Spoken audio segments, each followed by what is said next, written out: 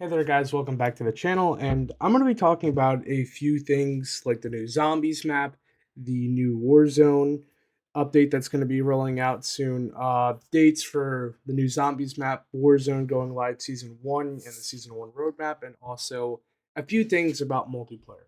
Now, let's get on to the season 1 roadmap. In a few hours, we're going to see the season 1 roadmap, which is kind of exciting to see because, one, we don't even know what we're really getting this year. For at least season one. So it'll be exciting to see what we're going to be getting. We're also supposed to be getting um Area 99 for Warzone as well, which will be exciting to see as well. But yeah, that's going to be coming out in a few hours, guaranteed. Let's get on to Warzone. Warzone, the integration this year, I really hope it's going to be as well as it can be. I know that's really saying a lot, but they have to make this shit work because one, they did not cook. When you look back the few times they have done Warzone integrations, they've just been really bad. Taking a look at the Vanguard integration, which was horrific for Warzone.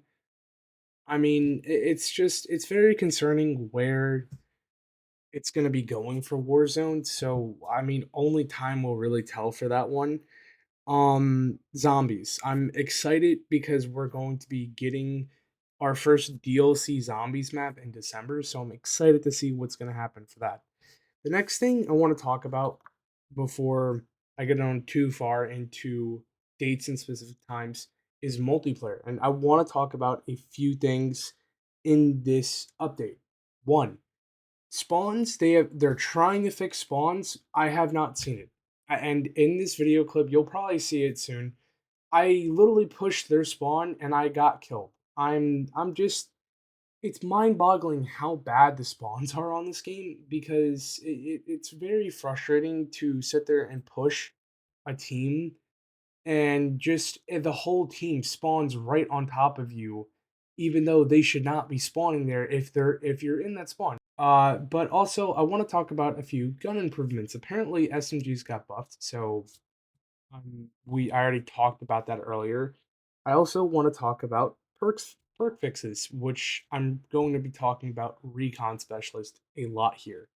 Recon Specialist has been nerfed from 2 seconds to 1.5 and probably will still get nerfed and probably even a way to get countered.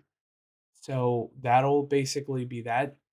Another thing I want to still talk about is just how bad the skill based matchmaking is on Black Ops 6. As you can clearly see, I'm getting my ass handed to me in this fucking clip, and I'm doing well here and there too. But the real major issue I have with skill based matchmaking is it's stupid. I think everything should just be based on connection, and that's it. But hey, who can really say?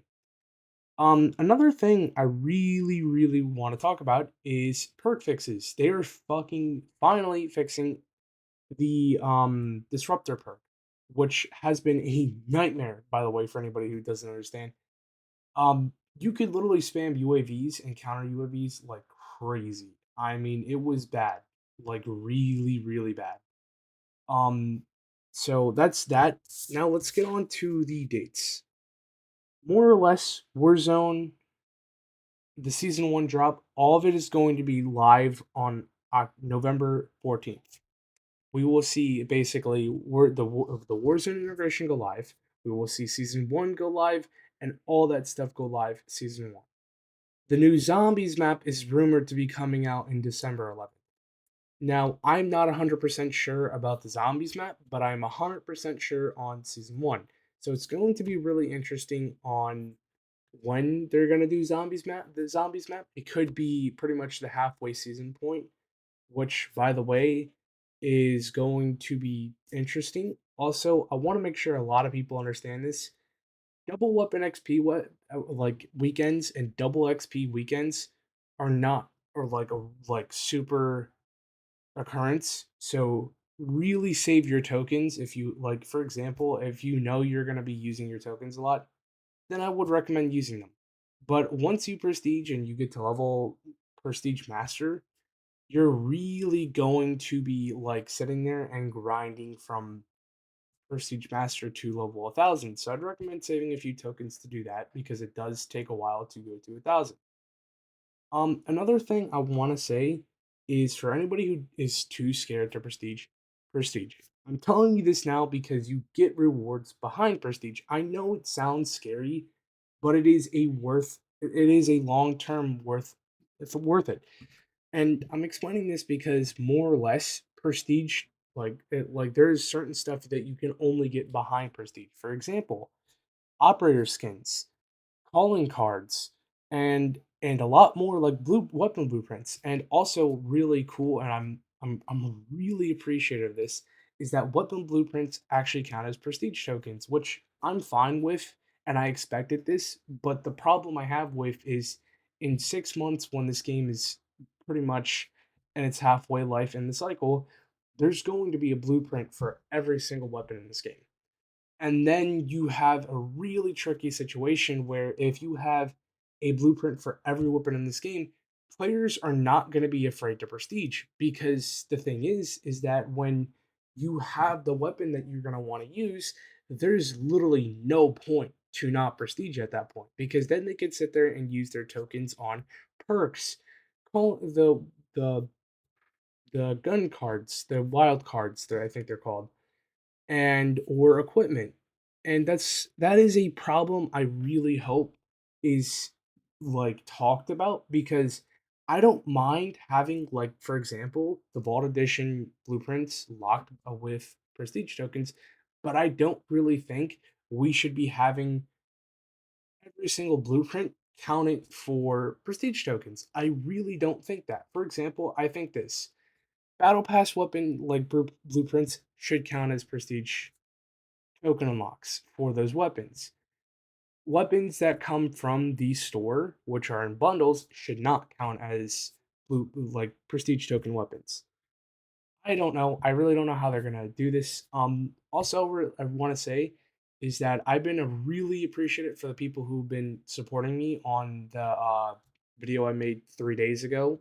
I know I really talked bad about Call of Duty, but you need to understand is when Call of Duty does stupid updates and does stupid shit like that on their COD HQ, especially, it's very frustrating.